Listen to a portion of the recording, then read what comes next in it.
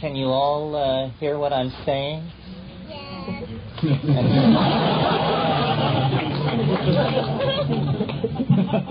And how many of you can see what I'm saying?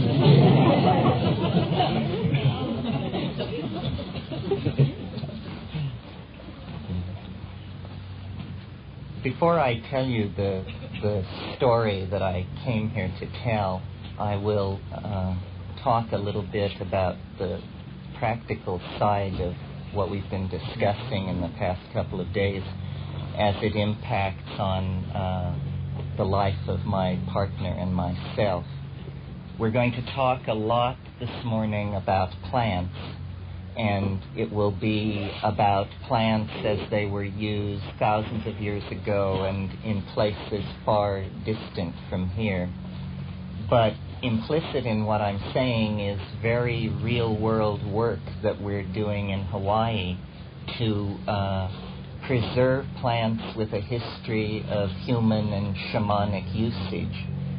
Because our focus of interest is the Amazon and shamanism, we've concentrated in that area. But throughout the world, there are, as you know well, very fragile ecosystems on the brink of disappearing forever. But even more fragile than these natural ecosystems is the web and legacy of human understanding that has been gathered through the millennia by the native peoples in these areas. And throughout the warm tropics especially, the impact is very great. The young men and women are not apprenticing themselves to the elder shamans. The men go off to work in sawmills, the women become waitresses. They are being sucked into the engine of world capitalism. And in a single generation, this legacy of plant information that reaches back 20, 50,000 years will in large measure be lost. We're seeing this in the Amazon. Much has already been lost.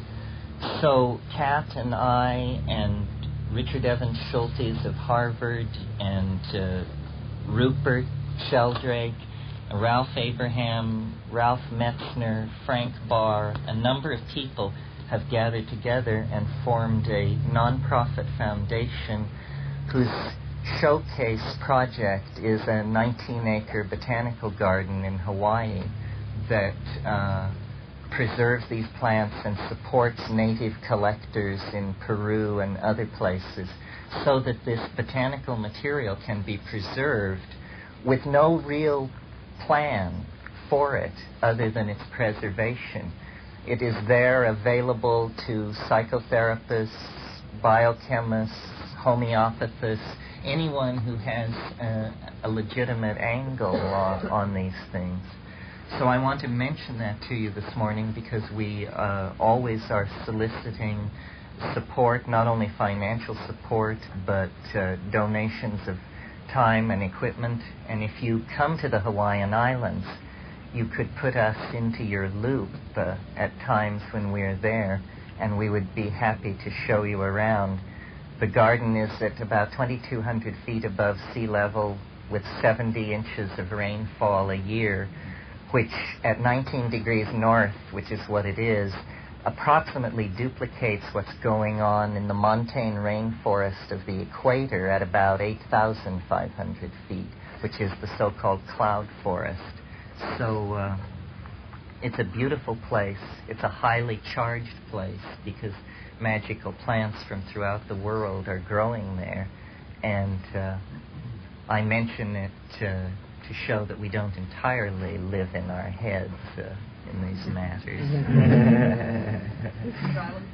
The Big Island. The Big Island of Hawaii. The Big Island is larger than all the other Hawaiian islands combined, and it has fewer people than any other island. It's where, if old Hawaii lingers on at all, it's probably in the desolate districts of the Big Island. Well, so that's enough of that. Now I want to address the concerns that we've been dealing with over the past 2 days. And from my perspective, we sort of designed this weekend with the notion of showcasing Rian's thought, and I think we've done that very well. And for those of you who haven't had a chance to hear her, she very kindly has promised to join me this afternoon. She didn't originally intend that, but we have a very fertile kind of dialogue going among all the people who have been here over the past 2 days. And so we will return to that. To put what I'm going to say this morning in context, I just want to briefly review the basis of her theory. It is quite simply that the absence of patriarchy does not imply matriarchy. The natural and most long-running form of human organization is what Rian has named partnership society. Partnership societies were the norm up until, pick a number, 4,000 years ago, 3,000 years ago. In any case, eventually falling with the fall of Minoan Crete to Mycenaean invaders around 1000 BC, and that set us into the era of dominator cultures, which she believes, and I agree with her, is a temporary, I won't say aberration, a temporary, necessary adaptation, but one that we can now move beyond. Rian's approach is basically to say what happened, that there was partnership society, and then she's very insistent that there was a confluence of factors which caused the shift from the partnership society to the dominator culture. I, being cast more in the fanatical mode, prefer to think that there was one major cause, and that its adumbrations can be explicated by the methods of archaeology, good logic, and a little visionary imagining. And so I want to tell you the story this morning. Remember, I said yesterday the best idea will win. And so we're sort of in a contest in the manner of the great Celtic poetry contests of old, where the person who can dream up the best idea will have the satisfaction of seeing it realized. And if you want to do that kind of total revisioning of the position of human beings in the world, I think you have to take at first a deconstructionist approach and take away everything that impedes the construction of the new point of view. So I want to take away a number of notions and just get rid of them. One notion is that nature is a competition of tooth and claw, and that the swiftest, the fiercest, the meanest will always come out on top. This is just a notion that was attractive to a Victorian gentleman who happened to be in charge of a world-screwing empire at the time. Any modern biologist will tell you that what is being maximized in biological systems is cooperation, integration, mutual reinforcement, and mutual meeting of need. Obviously, if an organism can insinuate itself into the energy loop of another organism, it will have more of its own energy to play with. And this is the strategy that is operating, especially on the microbial level, in the earth, around the roots of plants. You know, there are mycorrhizal relationships, fungi that surround the roots of plants, mediate and buffer the liquids passing into the plants, and in turn have a release of nutrients that supports them. We see symbiosis in all kinds of situations in nature. What has never been really even suggested, let alone researched, is that perhaps the unique qualities that attend our own species are somehow reinforced and stabilized by our own symbiotic relationship, that we are also symbiotes of some sort to other organisms in nature. Now, a symbiotic relationship can be broken apart. The little fish which live in the protection of the tentacles of anemones and thereby draw larger fish in for the anemones to feed upon can live in the absence of the anemone. But when they do, they produce smaller individuals that experience a shorter lifespan, and the population is generally more limited. So when a creature that has evolved a symbiotic relationship is through catastrophe or design separated from the other member of the pair, life goes on, but there is a sense of burden, a sense of moving against the flow, a sense of abandonment. Well, this sense of abandonment, being moved against the flow, is a very good description of the psychological set we inherit at the beginning of our history. Because as we discussed a little bit yesterday, our history begins with us being tossed out of a garden by Jehovah as narc, because the woman had exercised her right to conscious self-exploration and awareness by eating of the fruit of the tree of life. It suggests to me that it was the relationship with the fruit of the tree of life that made early human beings somehow co-equal with the dragon god who was the keeper of the garden. So that the fall into history is a mythological way of saying that we were separated very early from something very dear to us. It was rent away from us. And inevitably the image that must come into all our minds is the image of a child being separated from its mother. Well, in the present dialogue within the New Age, we've gotten to the point of sharing the notion that we have become separated from the mother, our earth.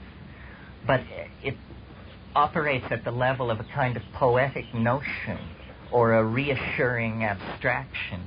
I mean, how do we reconnect to our mother, the earth? By talking about it? By how is it done through agriculture, or is that a violation of the mother? How is it to be done? Well, what I'm going to say this morning is sort of a blend of myth, mania, and science, where we take the best from each category and try to weave together an argument that would convince a skeptic. So those of you who have heard me do this before, bear with me. It grows in my mind. I adumbrate detail. It has to be made tighter and tighter and ever more convincing.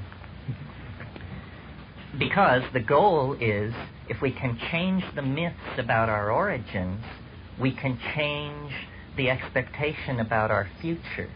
Because the future, the post-historical future, is somehow going to be a revivifying of the myth of origin. So if we go into it with the wrong myth, we may get in trouble.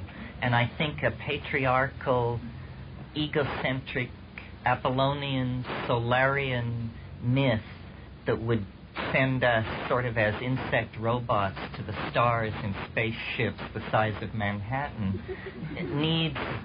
is unbalanced, needs a certain leavening. Okay, so enough with prologue. Here is the story. The story begins a long time ago, and it has no beginning, because at its inception it's locked in to the geological and geophysical mechanics of the planet. It begins somewhere in the last 4 million years with a slow drying trend across the northern hemisphere of the planet, affecting especially the tropical forests of Africa, which at this time are unbroken from north to south. And over the next 1.5 million years, Africa grows progressively drier, not desert. It was not even desert as recently as Roman times. Pliny describes the Sahara Desert as the breadbasket of Rome. But over 1.5 million years, Africa grew drier, and the great tropical forests were replaced by a lush grassland environment, a grassland environment broken by enormous oases of remnant rainforest.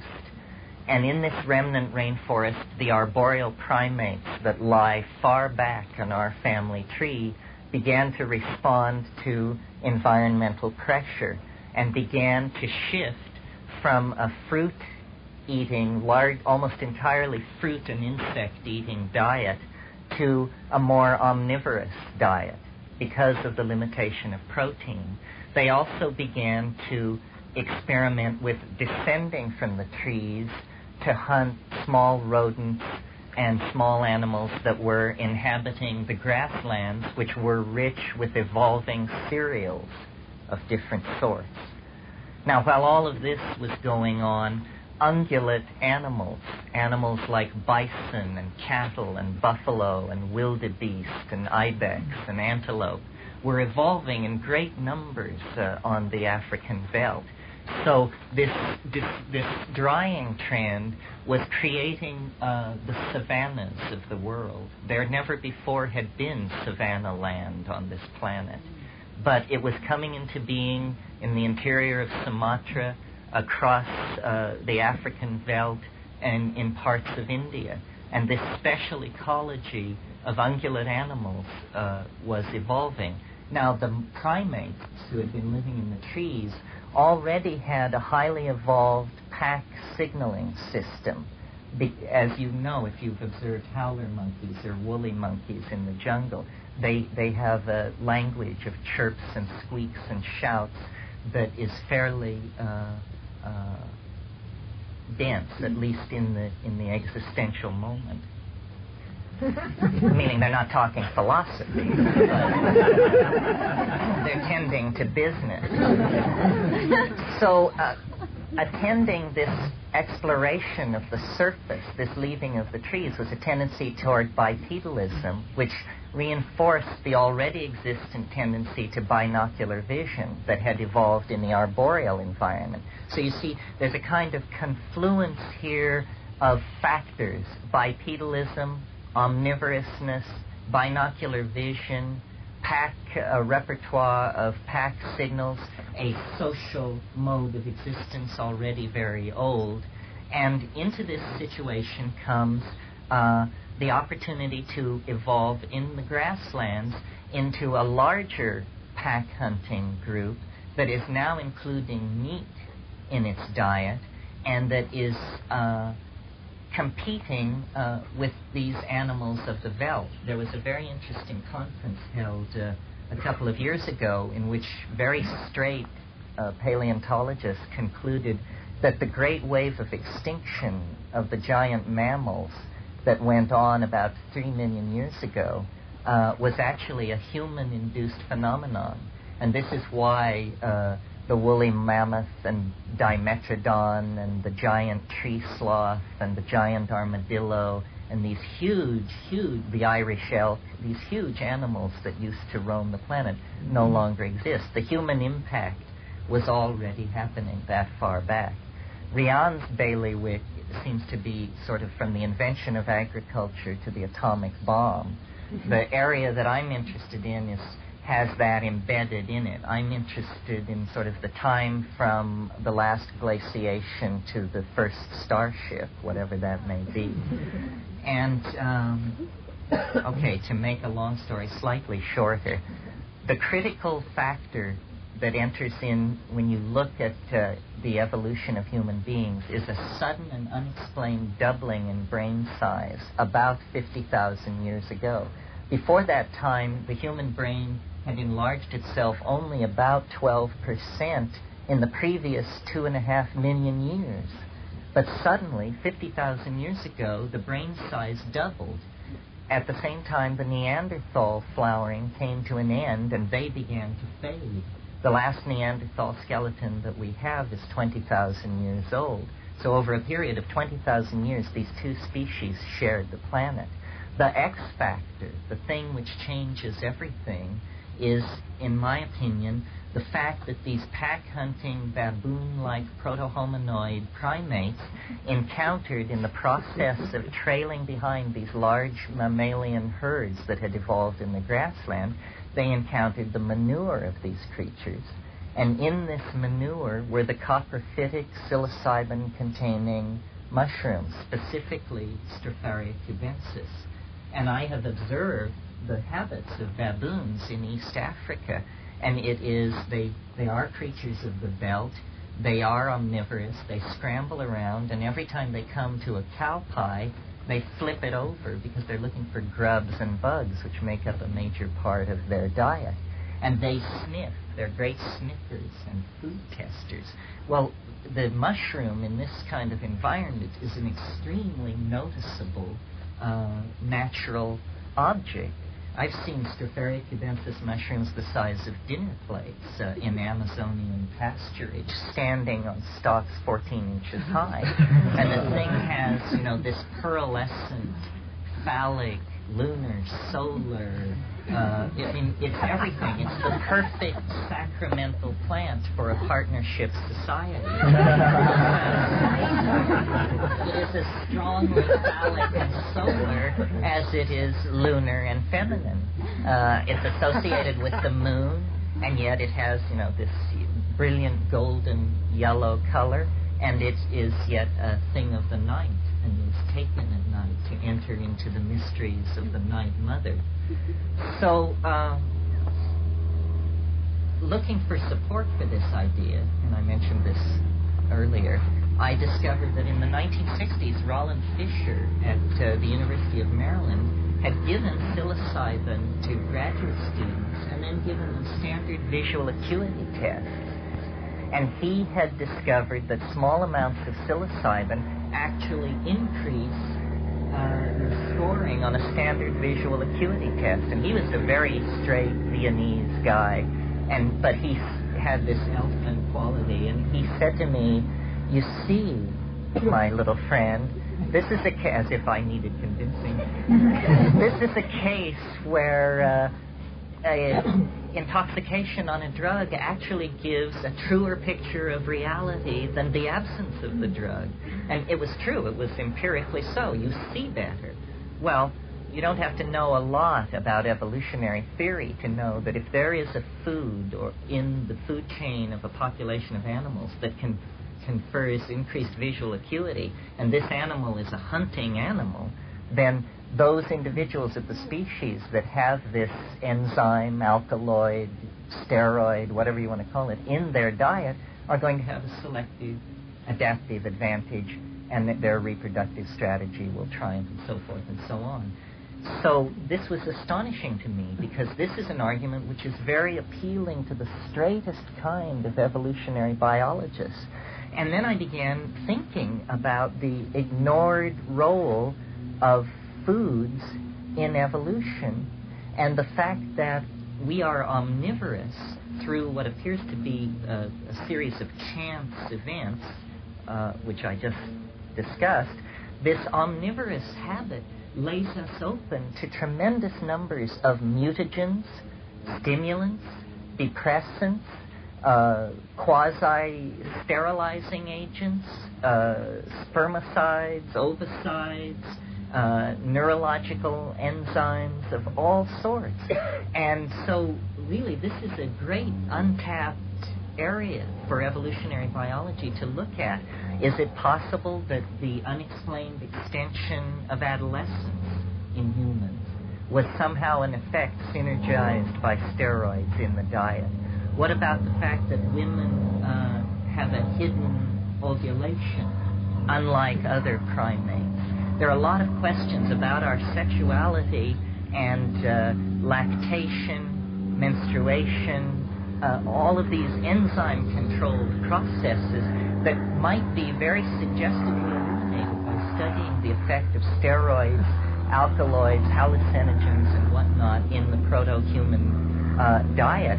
I don't know how many of you know, but the birth control pill is made from Dioscorea, which is yams. Thousands of acres of Mexican land are in these steroid-rich Dioscorean yams from which, I forget the names of the pills, is it orthonovum, but whatever they are, it's made. Well, yams, sweet potatoes, are a staple of human populations in the tropics. And yet when you look at them chemically, there's a gradient from food to powerful reproduction-affecting drugs. And if primitive populations were not aware of this, or perhaps were aware of it, then they would have been using these effects or being subject to these effects.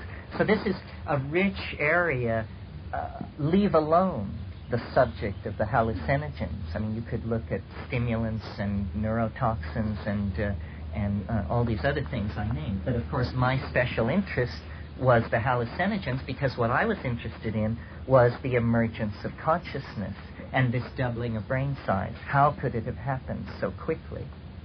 Well, the scenario that I'm left with is that once this visual acuity thing was being reinforced in these pack-hunting primates, the next level of discovery, and I suppose all these discoveries I'm going to talk about were made almost simultaneously, was that twice the dose that increases visual acuity makes sexual activity extremely interesting, prolonged, variegated, and unusual. And it's fairly clear that these primates, looking at all the other primate species and their social activity and carrying on, I mean, we don't call it monkey business. So here you have this thing impacting so far in two critical areas. Number one, survival. You can see better to hunt your food and flee your enemy. Number two, it's an aphrodisiac and a stimulant. This will have an even more intense driving effect on the reproductive strategy of those individuals that are using it. Quite simply, they have sex more often, so naturally they have their reproductive gene pool is advanced. But neither of these things, fascinating though they are, is to my mind the major stimulus that put this thing so center stage in calling us out of the monkey body and toward angelhood, because after all, it's good for monkeys to see better, and monkeys do enjoy sex, but the way in which we differ from monkeys is our free command of mental constructs not present in the immediate environment. In other words, memory. Memory is the key to culture, I think. You have to have memory as a precondition for language, because if you don't have memory, what good is language? You have nothing to say. Memory is the precondition for writing, for all forms of epigenetic coding, etc. So to my mind, what's interesting about these vision-enhancing, sexually stimulating alkaloids in the food chain is their impact on consciousness at yet higher doses. At doses 4 or 5 times that which affects visual acuity, you are suddenly conveyed into the realm of, for want of a better word, we would have to call it the holy, or the tremendum, or the mystery, or the mysterium. And at this point, suddenly, the historical experience of the last 10,000 years falls away and is practically useless. We are no better positioned to understand the thing encountered on high doses of plant hallucinogens than were the people of the late Neolithic. It remains utterly, overwhelmingly incomprehensible. It remains, a living, breathing mystery experienced in the here and now. And so, as Gordon Wasson and others were quick to point out, it becomes the compass for the religious quest.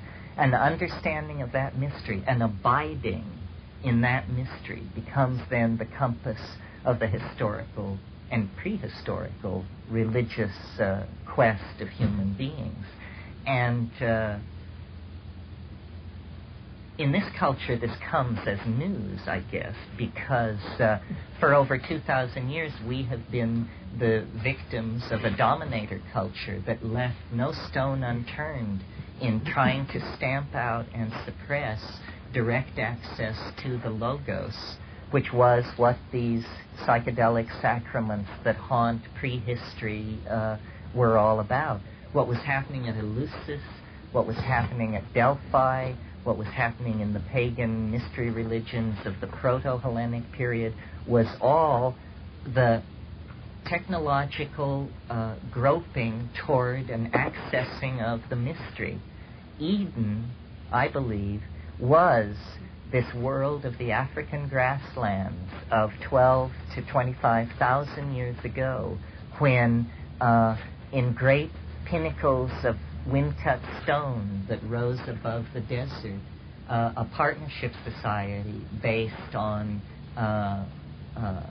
human equilibrium in the gender question, pastoralism in terms of a lifestyle, and access of the goddess through her gift of the mushroom. That was this warfareless, Edenic, paradisical time. And it persisted until fairly recently. It persisted until 4,000 or 5,000, 6,000, 7,000 BC. Then the desertification of the Sahara became really serious, and those Neolithic people moved east and became the Neolithic pre-dynastic civilization in the Nile Valley, and then still further in the Tigris-Euphrates drainage, the tribal people who by 1,000 years preceded the civilizations that we know so much about, Sumer, Ur, and so forth. And they carried with them a goddess religion that was, I am willing to suggest, was where the central mystery was the mushroom. Now, the psychological dominance of the ego is something that came to be in the wake of these disruptive migrations out of the home range of the lead to a search for all kinds of substitutes, probably the invention of asceticism, and the rise of a priestly class. The shaman, in the absence of the sacrament that is truly living, becomes a theologian and a dogmatist and begins to put in place precepts and prohibitions. And suddenly nature is no longer friendly and supporting. Suddenly nature must be dealt with through a system of taboos and sacrificial efforts to propitiate, this sort of thing. This is indicative of alienation, even though we find it at very primitive levels of society that we might at first brush be willing to embrace as expressions of a pure lifestyle. But I really don't think so. I think that the notion of sacrifice, which has been written about by Freud and Zimmer and all kinds of people, already indicates an uncertainty about our relationship to this other, that previously, we were her children. We were entirely embedded in her rhythms, her needs, her energy flows. And the reason why I think all this is important, other than being an academic argument among primatologists and anthropologists, is because of what I've called the archaic revival. The fact that we are trying to grope toward a new model of how to be in the world. And this is not the first time a society has been slammed to the wall, and if you are a student of history, you know that when societies reach great crises points, their reflex is inevitably conservative and to pull back. And the form this pulling back takes when the situation is truly desperate is to look back into the past for a stabilizing model that worked once before. The last time this happened, in a context that we're probably all familiar with, is when the medieval world began to crack to pieces because of those spices that were being brought in from the East. They seem to have a real need to put pepper on their steaks. There may have been more than spices in those Genoan cargo boats. But anyway, at the end of the medieval world, the Christological eschatology began to crack apart. The Jews were turned loose to be bankers. The Italian city-states were turned loose to make money, and towns began to spring up. The lost Platonic corpus was translated into European languages, and a whole new world came into being. And the feeling of alienation and uncertainty and anxiety was assuaged by looking back into the past and saying, we need a model, and the medieval Gothic model won't work. We will become like Rome at its most grandiose. We will become like Greece at its most clear and philosophically brilliant. This is called classicism. It was invented in the 1400s, 2,000 years after Plato taught. Suddenly it was decided in Europe that a Platonic society would be created. And we are the inheritors of that society. We live under Roman law and Greek aesthetics and so forth and so on, because people who were sick of the medieval world decreed that it should be so. And the model worked up until the late 19th century, when the Greek analytical method met the instrumentalities of the Industrial Revolution, and we began to get the new science, or the big science, the science that was not about a country gentleman making notebook scratchings on the warblings of birds and the flow of streams, but where you actually say, my God, we can go for it, we can understand, we can extract the energy from the stars, we can light the fires of heaven in the deserts of our planet. This whole Faustian kind of science, where suddenly it isn't about understanding, it's about power, and about calling this power down upon your enemy. So we are now 8 decades in to this era of mastery of energy and tremendous Faustian power, and we need a new model.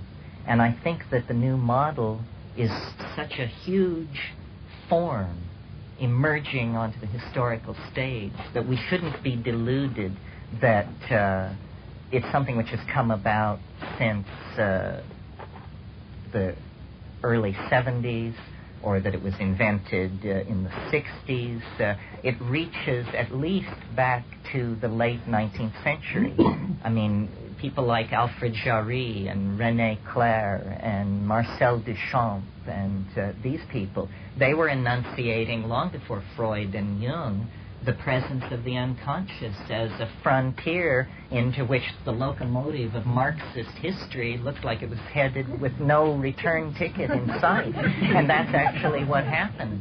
In the dreams of 19th century rationalism, the utopian schemes of Bellamy and Marx and all these people ran smack into the world of the unconscious, the world of the shaman, the world of the psychedelic experience, of modern art, of sexual liberation, of the stream of consciousness novel, cubism, futurism, spaceflight, all of these things.